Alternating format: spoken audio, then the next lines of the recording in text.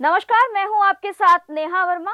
आपका अपना उत्तर प्रदेश के इस कार्यक्रम में हम नजर डालेंगे उत्तर प्रदेश की सभी मुख्य खबरों पर।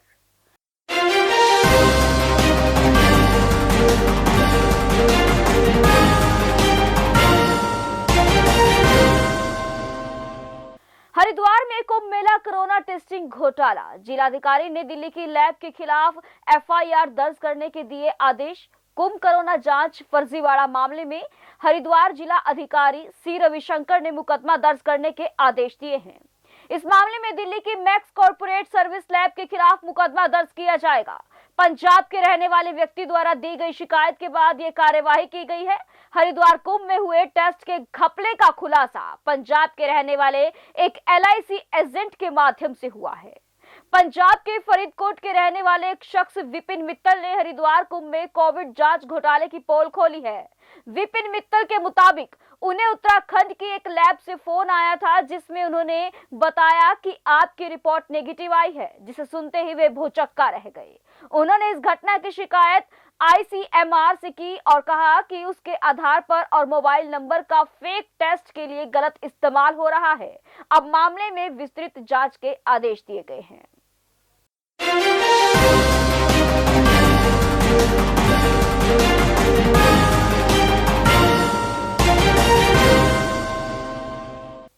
बदायूं से ब्रेकिंग खबर। तेज बारिश से किसानों को मिली राहत। बारिश होने से किसानों की फसल को राहत, तो वहीं शिवाला की फसल को लेकर किसान परेशान। तेज गर्मी से लोगों को मिली राहत, तो वहीं कहीं ना कहीं जल भराव होने से भी लोगों को हो रही है परेशानी।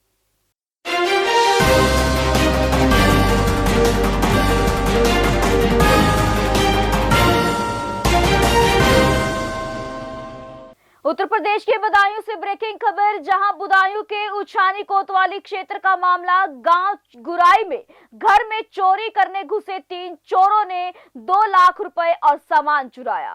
परिवार ने एक चोर को रंगे हाथों पकड़ा। चोर की जमकर की पिटाई, पुलिस को सौंपा। पीड़ित परिवार शादी की तैयारियों में जुटा हुआ था। पुलिस मामले में जुटी।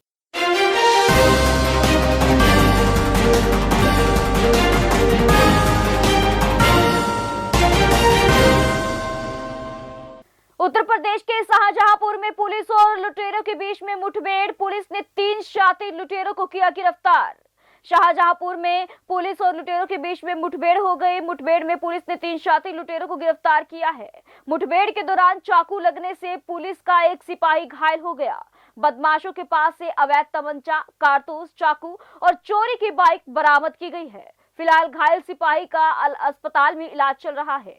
लगभग आधे घंटे तक चली मुठभेड़ के बाद पुलिस ने मौके से जब 3 बदमाशों को गिरफ्तार किया है। इनके पास से तमंचे, कारतूस और चाकू सहित चोरी की एक बाइक बरामद हुई है। घायल सिपाही को इलाज के लिए अस्पताल भेजा गया। पकड़े गए सभी लुटेरों को पुलिस ने जेल भेज दिया है। थाना लगन पुलिस को सूचना मिली थी कि कुछ व्यक्ति हैं जो चोरी लूट की योजना बना रहे हैं। इस सूचना पर पुलिस टीम मौके पर पहुंची। रामगंगा पुल के पास इनको इंटरसेप्ट किया गया, तो इनमें से अभियुक्तों द्वारा चाकू से भी हमला किया गया, जिसमें एक कांस्टेबल घायल हो गया। इन 3 अभियुक्तों को गिरफ्तार किया गया। इनसे चोरी के कई मोबाइल बरामद हुए हैं। ये राजेपुर फरुखाबाद के रहने वाले हैं। इनके द्वारा कई चोरी की और छिनैती की घटनाएं की गई हैं, जिनसे जो मोबाइल बरामद हुए हैं पूछताछ की जा रही है। अन्य घटनाओं के बारे में भी जानकारी की जा रही है।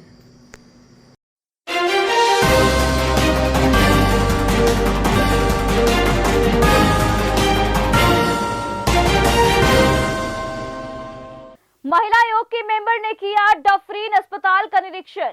राज्य महिला आयोग की सदस्य पूनम कपूर और प्रमिला शुक्ला ने आज जिला महिला अस्पताल डफरीन का निरीक्षण किया। इस दौरान अस्पताल में साफ सफाई की व्यवस्था का अवलोकन किया गया। सदस्य पूनम कपूर और प्रमिला शुक्ला ने दवा वितरण की व्यवस्थाओं का जायजा लिया। इसके बाद राज्य महिला आयोग के सदस्य ने कोरोना वैक्सीनेशन कार्य का भी अवलोकन किया। निरीक्षण के दौरान कुछ खामियां पाए जाने पर चिकित्सा अधिकारियों को जरूरी दिशा निर्देश दिए गए। बताया गया कि पिछले 1 माह से प्रदेश में अभियान चलाकर सभी महिला अस्पताल की व्यवस्थाओं का अवलोकन किया जा रहा है। इसी कड़ी में आज कानपुर में भी महिला अस्पताल का निरीक्षण किया गया। आयोग की सदस्यता पूनम कपूर के मुताबिक महिलाओं की सुरक्षा और सुविधा प्रदेश सरकार की प्राथमिकता है। यह अभियान आगे भी चलता रहेगा। आज आपने महिला अस्पताल में निरीक्षण किया है, क्या क्या चीज़ों को देखा और क्या क्या कमी पाई या क्या निर्देश दिए हैं आगे के लिए? हम लोगों का पिछले 1 माह से लगातार महिला अस्पताल और CSC, PSC इनके निरीक्षणों का कार्यक्रम लगा हुआ है और चूँकि कोरोना की दूसरी लहर के बाद तीसरी लहर जो संभावना जताई जा रही है, इसको लेकर हम लोग निरीक्षण कार्य में जुटे हुए हैं कि वहाँ साफ सफाई की क्या व्यवस्था है, दवाओं की क्या व्यवस्था है, जो पिंक बूथ हम लोगों का है उसकी क्या व्यवस्था है, वैक्सीनेशन की क्या व्यवस्था है। इन सभी व्यवस्थाओं को लेकर आज मैं और मेरे साथ मेरे आयोग की माननीय सदस्य रंजना शुक्ला जी, हम दोनों लोग यहाँ पर आए हैं। अभी इनका हम किचन देखना चाहते हैं क्योंकि सबसे ज़्यादा ज़रूरी होता है साफ़ सफाई। अभी आपने यहाँ पे भर्ती रोगियों से जो प्रजनन किया है बच्चों को, इन लोगों से आपने बात की तो क्या लगा आपको? नहीं, इनका तो कहना है कि दवाएं हमको टाइम से मिल रही हैं, दवाएं हमको बाहर से नहीं लेनी पड़ रही हैं, भोजन की व्यवस्था हमको यहीं से हो रही है और हमको यहाँ पे कोई तकलीफ़ नहीं है। लेकिन हम लोगों का अपना भी कुछ कर्तव्य होता है, जो अंदर का होता है, हम लोग को समझ में आता है कि उसके पीछे जो स्थिति है कि इनके भोजन की क्या स्थिति है, रसोई की क्या स्थिति है, उसकी जानकारी हम लोग आज जरूर लेने का यहाँ प्रयास करेंगे। क्योंकि हम लोगों को एक CSC भी गोद लेना है दोनों को, तो इसी उसमें हम लोग आज यहाँ पर करने के बाद मसवानपुर और कल्याणपुर का CSC भी देखने जाएंगे।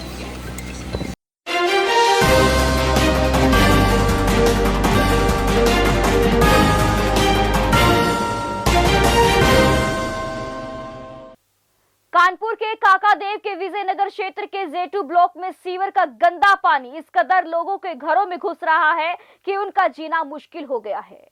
कोविड-19 की महामारी में जहां साफ सफाई को लेकर सरकार काफी सख्त है, तो वहीं सत्तारूढ़ पार्टी के पार्षद और भाजपा बुंदेलखंड के अध्यक्ष का मकान भी इसी विजयनगर के जेटू में है।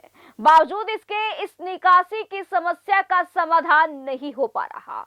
क्षेत्रीय जनता ने सीवर जल भराव की समस्या को क्षेत्रीय पार्षद को फोन द्वारा अवगत करवाना चाहा, लेकिन उन्होंने 17 जून शाम को अपना मोबाइल फोन स्विच ऑफ कर दिया।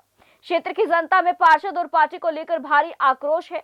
कई बार शिकायत करने के बावजूद नगर निगम और जल कल विभाग ने कोई भी कार्रवाई नहीं की।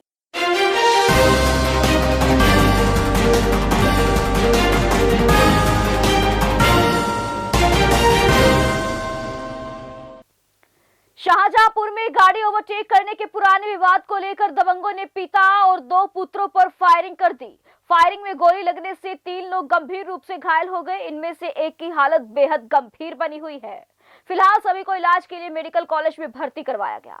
घटना थाना तिलहर क्षेत्र के भूरखेड़ा इलाके की है। बताया जा रहा है कि कुछ दिन पहले भूपेंद्र और उनके बेटा धनपाल और अंकित किसी शादी में गए थे।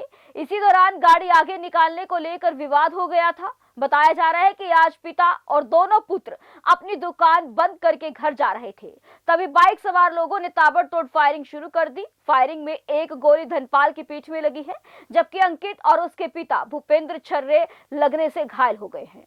घटना को अंजाम देने के बाद हमलावर मौके से फरार हो गए। सूचना के बाद मौके पर पहुंची डायल 112 की टीम ने सभी को सामुदायिक स्वास्थ्य केंद्र तिलहर में भर्ती कराया, जहां से सभी को मेडिकल कॉलेज रेफर कर दिया गया है। डॉक्टरों की माने तो धनपाल की हालत बेहद गंभीर है। फिलहाल सभी का मेडिकल कॉलेज में इलाज चल रहा है और पुलिस हमलावरों की तलाश में जुटी हुई है।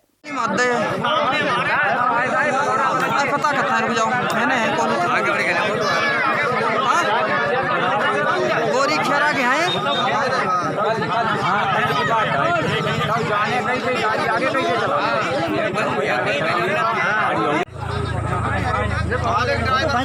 हाँ ले ले फोटो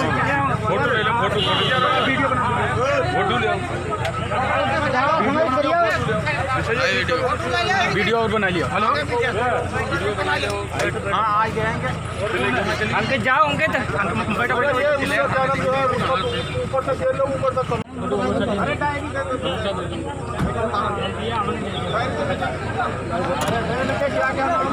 तुम जाओ जल्दी। नाम बताओ। धनपाल यादव। हाँ तीनों लोगों की लगी है। नाम बताओ। आपका नाम? रामेंद्र। और दूसरा रामेंद्र। अरे भाई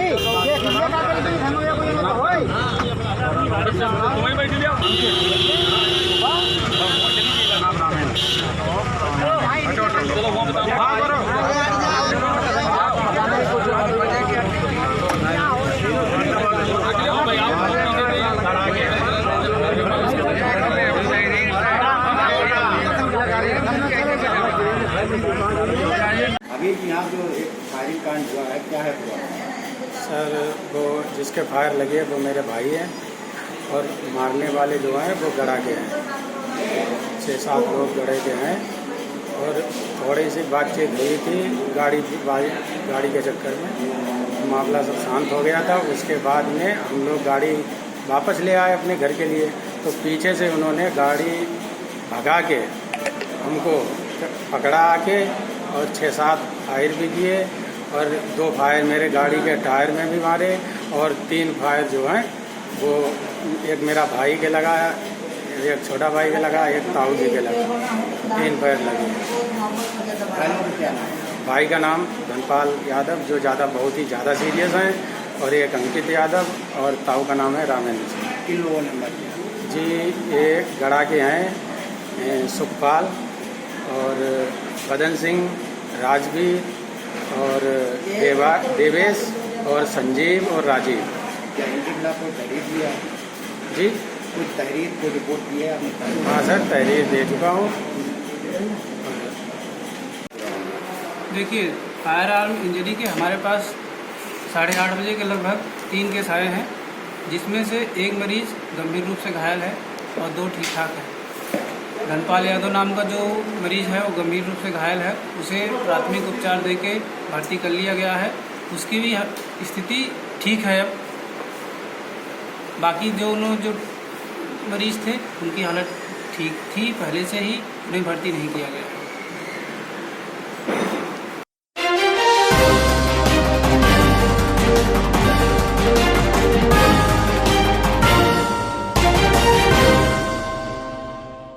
कानपुर में भिक्षावृत्ति कराने वालों पर पुलिस सख्त, भिक्षावृत्ति को बढ़ावा देने वालों पर गैंगस्टर की कार्यवाही। कानपुर के एसपी असीम अरुण कमिश्नरेट ने सख्त आदेश जारी करते हुए कहा कि मासूम बच्चों से भीख मंगवाने वाले गैंग के खिलाफ कार्यवाही की जाएगी। भिक्षावृत्ति को बढ़ावा देने वाले गैंगस्टर पर होगी कार्यवाही, साथ ही मासूम बच्चों को ऐसे गैंग के चंगुल से बचाया जाएगा।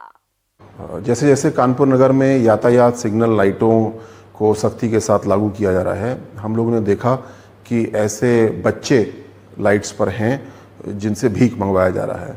इसमें हमारे जुवेनाइल प्रोटेक्शन यूनिट जो क्राइम ब्रांच के तहत बनी है, उन्होंने कार्रवाई की और 4 ऐसे छोटे छोटे बच्चे 6 से 8 साल की उम्र के, उनको मुक्त कराया गया है। और हमने पाया कि उनको इस तरह के ठेकेदार या उनके माता पिता भिक्षावृत्ति में लगा रहे हैं। बच्चों को मुक्त करा करके और उनको सुरक्षित किया गया है। जो लोग इस काम को करा रहे थे वो वांछित किए गए हैं, उनको गिरफ्तार किया जाएगा और गिरफ्तारी के साथ ही उनके साथ ऊपर गैंगस्टर एक्ट भी लगाई जाएगी। इस चीज़ के ऊपर पूरी सख्ती की जाएगी भविष्य में, और किसी भी बच्चे को इस तरीके से उत्पीड़न नहीं होने दिया जाएगा।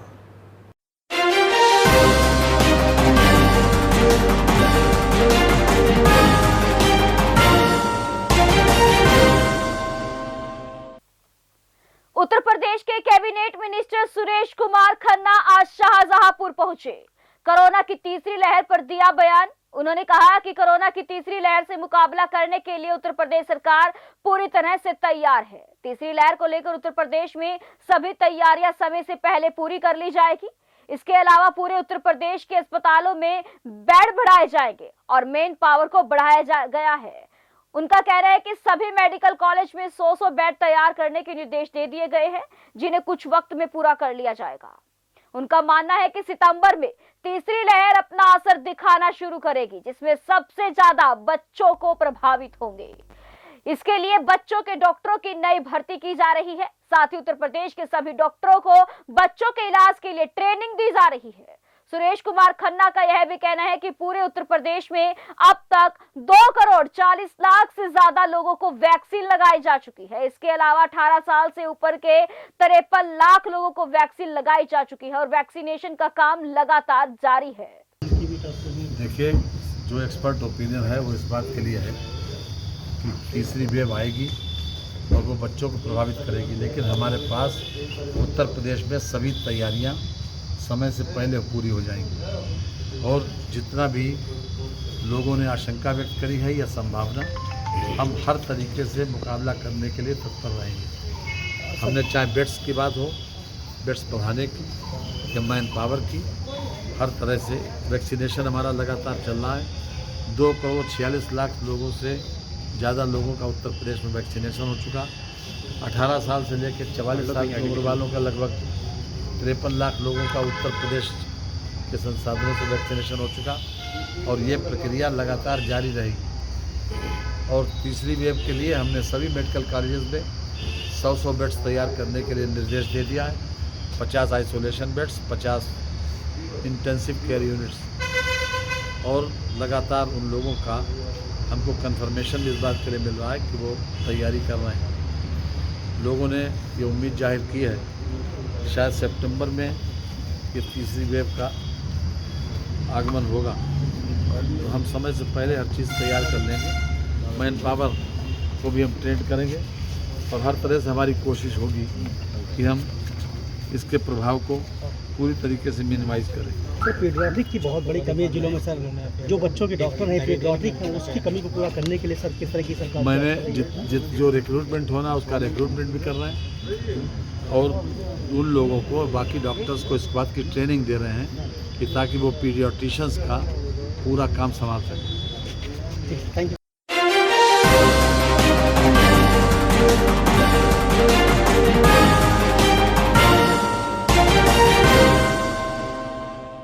फर्रुखाबाद में भाजपा विधायक के घर के बाहर फायरिंग, 8 के खिलाफ मामला दर्ज। घर के बाहर 2 गुटों में फायरिंग से हड़कंप, 2 बुलेटें व आधा दर्जन से अधिक कारतूस के खोखे बरामद।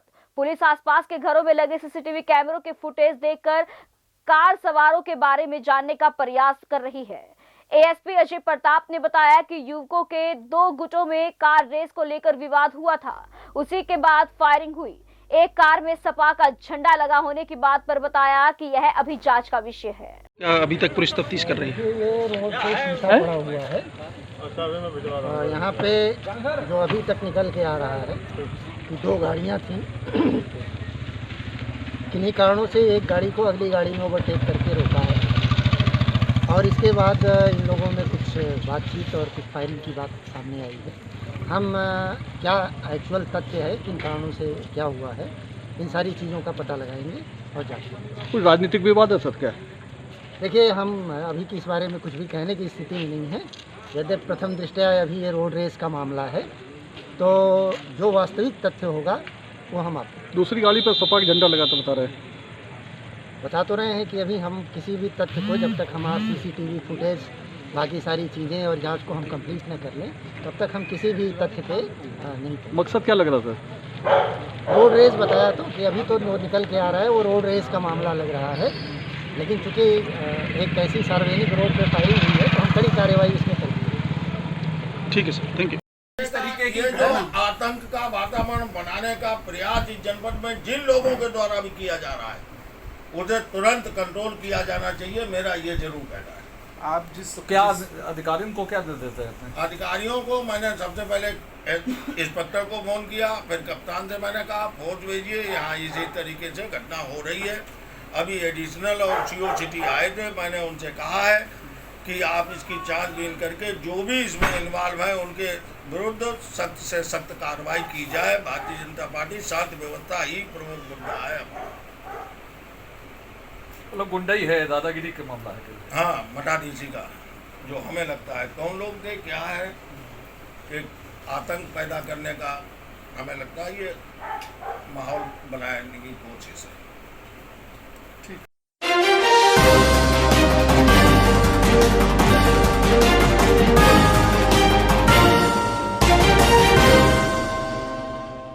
गैस की होम डिलीवरी के नाम पर ग्राहकों की काटी जा रही है जेब। महंगी गैस के साथ उपभोक्ताओं से वसूला जा रहा होम डिलीवरी का अतिरिक्त चार्ज। जिला पूर्ति अधिकारी जीवेश कुमार मौर्य ने बताया कि ऐसा कोई मामला उनके संज्ञान में नहीं आया। मामला संज्ञान में आने पर जिला पूर्ति अधिकारी ने दिया कार्यवाही का आश्वासन। नाम है जो सिलेंडर घर पे देने डिलीवरी आता है कितना चार्ज लेता है? 30 क्यों? लाने लाने से पहले ही पैसे ले लिए जाते हैं उपभोक्ता के घर तक सिलेंडर पहुंचाने के, फिर भी हॉकर्स पैसे ले रहे हैं। एक शख्स ने शिकायत की है जो नेकपुर कला के हैं कि हॉकर्स पैसे ले रहे हैं। पेट्रोलियम मंत्रालय में भी शिकायत कर चुके हैं। क्या है मामला और क्या नियम है सर इसका?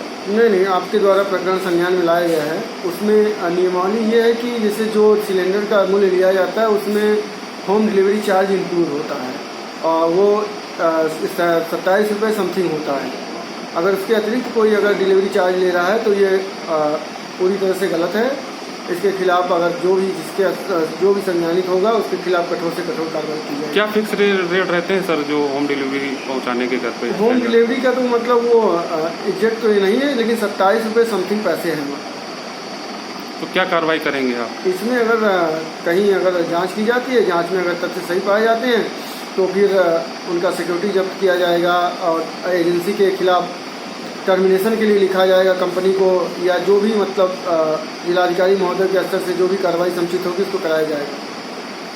राजू राजपूत। कौन सी एजेंसी पे काम करते हैं? जय भैरव। जो ये आप लोग सिलेंडर जो बांटते हैं, सिलेंडर का मतलब जो एजेंसी मालिक आपको कितना पैसा देते हैं? नहीं, कुछ नहीं देता। फिर आप लोगों को कैसा क्या मतलब जो गुजारा होता है कि कस्टमर हमें दे देता है, उसी ले लेते हम। आप कस्टमर से पैसा लेते हैं? हाँ, कस्टमर से अपने लेते मान लो। एजेंसी वाले कोई पैसा नहीं देते? नहीं। तो आपके मतलब जो भरण पोषण कैसे हो पाता होगा? है कि हम दूसरा भी अपने काम कर ले, रात में टिर्री चला लेते। जबकि एजेंसी मालिक जो है इसमें पर्ची में 27 रुपये 60 पैसा जुड़ के आता है, जो कि यहाँ DSO ने बताया है। क्योंकि हम तो पढ़े लिखे है नहीं, मान लो अपने थोड़ा सा मान लो 200 इधर पैदा हुई है, अपने रात में काम कर लो, टिर्री चला ले, 300 वहाँ में पैदा हुई, अपने आप बाली बच्चा पाल ले। बोले एजेंसी वाले कोई पैसा नहीं दे रहे? पढ़े लिखे तो है नहीं, मान लो अगर पढ़े लिखे होते तो अपने कहीं अच्छी काम जॉब कर रहे होते। नहीं, तो एजेंसी वाले कोई पैसा नहीं दे रहे हैं? नहीं।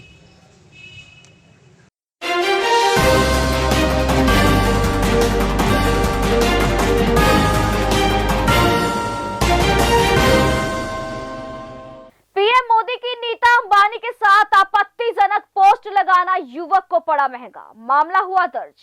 युवक पर पीएम के पद को अपमानित करने और सांप्रदायिकता फैलाने का आरोप लगा। भारतीय राष्ट्रीय महासंघ की ओर से करवाया गया मामला दर्ज। मामले में आरोपी के विरुद्ध धारा 67A के तहत मुकदमा दर्ज कर लिया गया है। बाहुबली दबंग अहीर के नाम की आईजी पर युवक ऋतिक यादव ने प्रधानमंत्री नरेंद्र मोदी और उद्योगपति मुकेश अंबानी की पत्नी नीता अंबानी की फोटो एक साथ एडिट कर सोशल साइट फेसबुक पर पोस्ट की है, जिसको लेकर भारतीय राष्ट्रीय पत्रकार महासंघ ने आपत्ति दर्ज करवाई है। वहीं महासंघ के बीकापुर तहसील अध्यक्ष के शुक्ला ने कोतवाली बीकापुर के प्रभारी निरीक्षक को पत्र लिखकर मामले में कार्यवाही की मांग की है। इस संबंध में कोतवाली के वरिष्ठ उप निरीक्षक वीर सिंह ने धारा 67A के तहत मुकदमा पंजीकृत कर लिया है और जांच की कार्यवाही अभी चल रही है। आज हमारे संज्ञान में मामला आया कि एक फेसबुक आईडी बनी है जो ऋतिक यादव बाहुबली अहीर के नाम पर फेसबुक आईडी बनी है और हमारे देश के प्रधानमंत्री का अश्लील फोटो बना करके वायरल कर दिया था, जिससे हमने आज उसको संज्ञान में लिया। संज्ञान में लेने के बाद हमने अपने भारतीय राष्ट्रीय पत्रकार महासंघ के हम बीकापुर तहसील अध्यक्ष के शुक्ला और हमने एप्लीकेशन शिकायती पत्र लिखकर पुलिस क्षेत्राधिकारी से कार्रवाई की मांग की। पुलिस क्षेत्राधिकारी उस पर तत्काल कार्रवाई करने के लिए बीकापुर कोतवाली को आदेश किए, जिससे आज बीकापुर कोतवाली पुलिस द्वारा IT एक्ट में उस फेसबुक को जो प्रधानमंत्री जी की फोटो वायरल किया गया था आपत्तिजनक, उस पर IT एक्ट के तहत आज कोतवाली पुलिस मुकदमा दर्ज कराया है। हम चाहते हैं कि ऐसे चाहे किसी के प्रधानमंत्री के बारे में अगर कोई किया है, हमको बड़ा कष्ट है अगर ऐसा कोई करता है तो, और हमें चाहते हैं कड़ी से कड़ी कार्रवाई किया जाए उसके।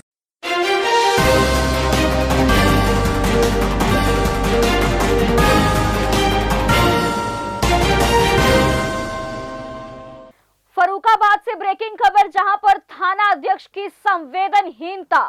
थाना अध्यक्ष ने नाबालिग को हाथ में अवैध तमंचा पकड़ाकर फोटो किया सार्वजनिक। थाना अध्यक्ष कोर्ट की गाइडलाइन को भूले। चौकी इंचार्ज से SP ने कुछ दिन पूर्व दिया था थाने का चार्ज। कोर्ट की गाइडलाइन को दरकिनार कर 17 वर्षीय बालक को हाथ में तमंचा पकड़ाकर वीडियो किया सार्वजनिक। नाबालिग हत्याकांड में है आरोपी। शमशाबाद थाना क्षेत्र के 12वीं गांव में भट्टा मालिक की हुई थी हत्या। 17 वर्षीय बालक भट्टा पर चलाता था ट्रैक्टर। थाना शमशाबाद परिसर का है यह मामला।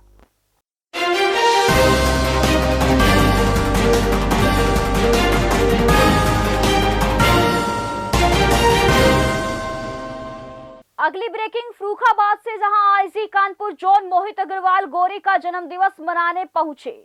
मोहित अग्रवाल ने करथिया कांड में मारे गए 25 बच्चों को बंधक बनाने के आरोपी की बेटी का मनाया जन्मदिवस। आईजी ने एनकाउंटर में मारे गए मां बाप की अनाथ बेटी गोरी को लिया था गोद। गोरी का कोतवाली मोहम्मदाबाद में धूमधाम से मनाया गया जन्मदिन। फर्रुखाबाद की कोतवाली मोहम्मदाबाद परिसर का है मामला।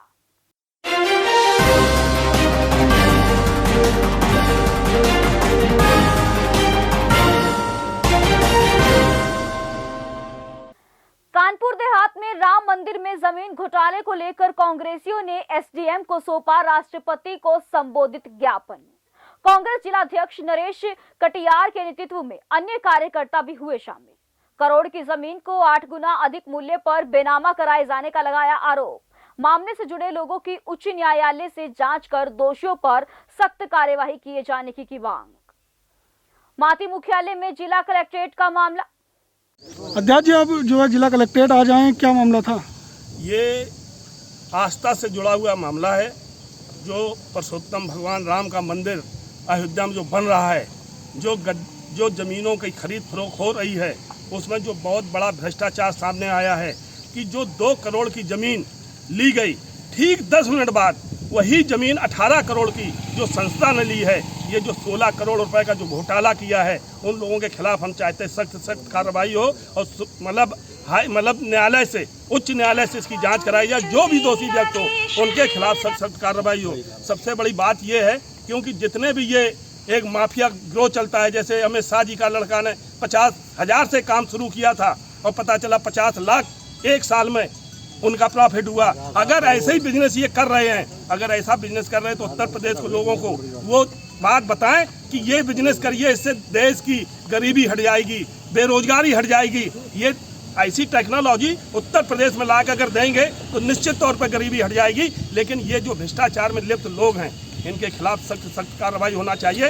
ये माननीय प्रियंका गांधी जी का आदेश है, माननीय अजय सिंह लल्लू का आदेश है। ये पूरे प्रदेश में इसका आज धरना प्रदर्शन मुख्यालय हो रहा है, जिसका ज्ञापन दिया जा रहा है। जो मैंने भी परगना मजिस्ट्रेट जी आए थे उनको ज्ञापन दिया है और मैं विश्वास रखता हूँ कि प्रशासन इसमें जो हमारा उच्च न्यायालय से जो जांच कराने के लिए उन्होंने कहा है कि मैं इसको भेजता हूं, करवाई जाएगी। इसमें न्याय चाहिए, कांग्रेस के लोगों को न्याय चाहिए। अगर न्याय नहीं होगा तो ये मामला बहुत आगे तक बढ़ेगा और इसमें धरना प्रदर्शन की बात छोड़ो, रोडें भी जाम होंगी, इंकलाब आएगा, कांग्रेस शांति से नहीं बैठेगा। ये बात मैं आपके बीच में कहना कांग्रेस पार्टी।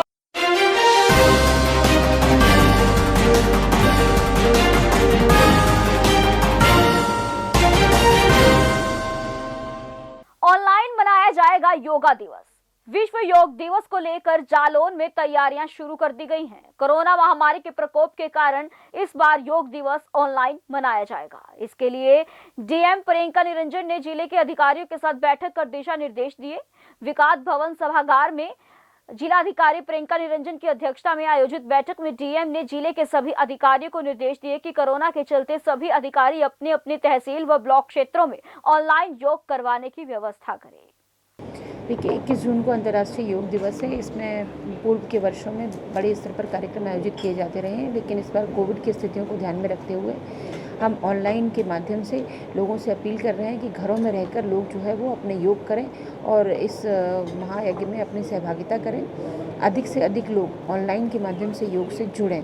जैसा कि आप सभी जानते हैं, वर्तमान स्थितियों में स्वास्थ्य कितने महत्वपूर्ण है और योग जो है वो स्वस्थ रहने का एक अत्यंत ही सरल और सहज माध्यम है।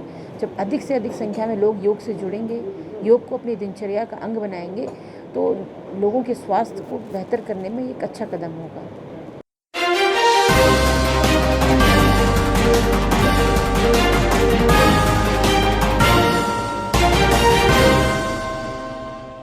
ओवरलोडिंग के खिलाफ चला अभियान, पुलिस ने 26 ट्रक किए सीज। जालौन में अवैध खनन को लेकर जिला प्रशासन की सख्ती के बाद अब पुलिस विभाग ने भी ताबड़तोड़ कार्यवाही शुरू कर दी है। गुरुवार की रात जिले की 5 तहसीलों में एसपी के निर्देश में ओवरलोडिंग के खिलाफ अभियान चलाया गया, जिसमें पुलिस ने करीब 300 ट्रकों को चेक किया, जिसमें 26 ट्रक ओवरलोड पाए गए, जिन्हें पुलिस ने सीज कर दिया है।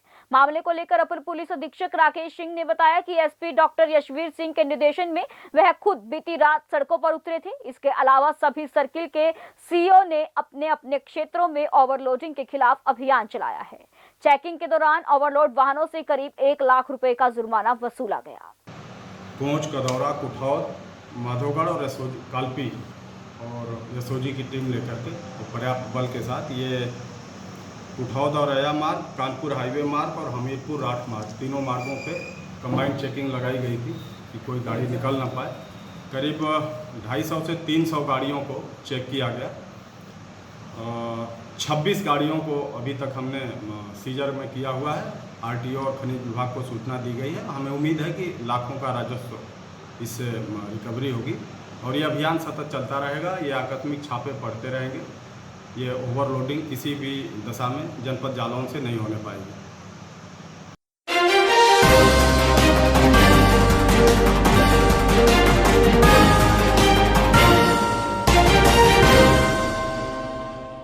धार्मिक नगरी अयोध्या में श्री राम जन्मभूमि तीर्थ क्षेत्र ट्रस्ट पर जमीन प्रकरण का मामला लगातार तूल पकड़ता जा रहा है। अब राम नगरी के संत धर्माचार्य ने जांच के पक्ष में है। वहीं इस पूरे प्रकरण के मामले को लेकर राम मंदिर के रहे पक्षकार व निर्वाणी अनी खड़ाना ने महंत धर्मदास ने ट्रस्ट भंग कर गिरफ्तारी करने की मांग उठाई है। महंत धर्मदास ने आरोप लगाया कि भगवान रामलाल की संपत्ति का बंदरबाट कर रहे हैं, जिसके लिए जल्द ही पीएम मोदी, अमित शाह और मुख्यमंत्री योगी आदित्यनाथ को पत्र भेजेंगे। निर्वाणी अग्नि खखाड़ा के महंत धर्मदास ने ट्रस्ट पर आरोप लगाते हुए कहा कि रामलला के साथ धोखा किया जा रहा है। इसको मानते हैं मैं धोखाबाजी। यह भगवान के साथ यह जितने भी समर्पण के पैसा आया, चढ़ोतरी के पैसा आया, चाहे दान के पैसा आया, सब भगवान के लिए आया, भगवान के नाम से आया। भगवान के मंदिर बनने के लिए दिया गया, जनता दिया। यह जनता के चढ़ोतरी है। हनुमान जी के जो पहले से राम मंदिर के जो चढ़ोतरी है सब ट्रस्ट में ढुका लिए सब। यहाँ पर ट्रस्टी जे भी है ये सब एक प्रकार के व्यापारिक विचारधारा के लोग हैं। यह राम जन्मभूमि के पैसा दूसरे जगह कैसे जाएगा? कौन नियम से तुम ले गए हो? जाके बाग विजेसर में, पूरा अयोध्या में, अब मैं कह रहा हूं बाग विजेसर में कहीं पर करोड़ों की जमीन बिका है। अगर 10 बीघा बिका तो लाख के, हजार के कीमत लगता है। वह हद से हद वह जमीन तो 25-50 लाख की जमीन है जो करोड़ों में ये लोग खा गए। मैं एक मुख्यमंत्री से, प्रधानमंत्री से, गृह मंत्री से आग्रह करता हूं कि यह प्रकरण को सीबीआई या सीआईडी जांच करा करके कहां से पैसा निकल के किसके खाता में गया, उसके बाद में उसके द्वारा किसके में खाता में गया, यह इसको जांच हो। और यहां पर जो दस्तखत करने वाले लोग हैं इनके संपत्ति के भी जांच हो। ये सब जो जितने प्रॉपर्टी डीलर यहाँ पर जो इसमें नाम आ रहा है ये सब किस्म के पहले से फराड लुटेरा है। इन लोगों के द्वारा एक ट्रस्टी, डॉक्टर, एक साधारण व्यक्ति, और उसको ले आए, आज वो बिल्डिंग बन रहा है, उसका लिफ्ट लग रहा है, वो ट्रस्टी बनाया गया। यहाँ पर राजा के ट्रस्टी बनाया गया। तो ये सब बना दिए। ये साधु समाज लड़ा है, तीनों अनी अखाड़ा लड़ा है, तब ये राम मंदिर बने। 1949 में बाबा अभिराम दास जी के द्वारा मूर्ति पधारा गया। लड़ाई साधु लड़ा और देश से पैसा राम के नाम पर आया। ये लोग यहाँ पर व्यापार कर रहे हैं, पैसा के बंदरबाट कर रहे हैं। इसलिए जो भी है इस ट्रस्टी में ये सभी ट्रस्ट को एकदम जिसे कि बोकस कर करके इसको कचरा समझ करके इसको भंग कर देना चाहिए। सरकार अपने हाथ से देख करके पैसा आया है, इसको व्यवस्था से बनावे। यहाँ के डीएम भी ट्रस्टी है। डीएम क्या कर रहा था? डीएम करा रहा है। यहाँ के जो मुख्यमंत्री के जो एक और सलाहकार है वो भी ट्रस्टी है। ये लोग क्या कर रहे हैं? कब नियम पास भया कि जाकर के बाहर में जमीन खरीदो है, इसको व्यापार करो? हम मिश्रा जी हैं, वो क्या क्यों नहीं इसको रोके? या जो भी ट्रस्टी भया, और 2-3 तो ट्रस्टी है सन्यासी, जो खजांची बना है, क्या नाम है, जो पैसा निकालने के जिसको राइट है, क्या नाम है उसके? गोविंद गिरी। पूछिए गोविंद गिरी के बाप दादा भी उसमें एक पैसा के परिश्रम किया है कभी राम जन्मभूमि में? यहाँ क्या जानता है अयोध्या के विषय में? गोविंद गिरी का नाम है, खजांची है, इनके द्वारा इतना पैसा निकल गया, इनको क्या जरूरत रखने के ट्रस्टी? इसलिए जो भी ट्रस्टी है अपने नैतिकता से इसमें इस्तीफा दे, और चंपत राय या जो अनिल मिश्रा एंड कंपनी को जल्दी से जल्दी अयोध्या से बाहर किया जाए।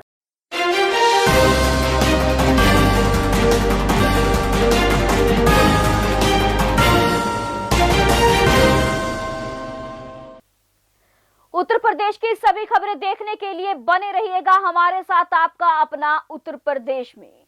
नमस्कार।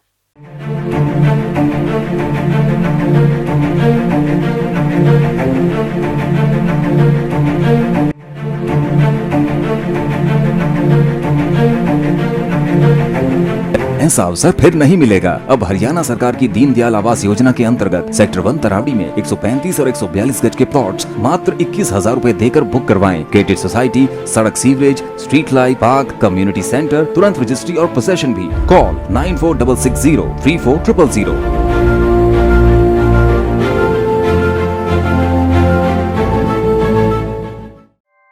ऐसे ही लेटेस्ट खबरें पाने के लिए बेल आइकन को क्लिक कर हमारे चैनल को लाइक, शेयर एंड सब्सक्राइब करें। धन्यवाद।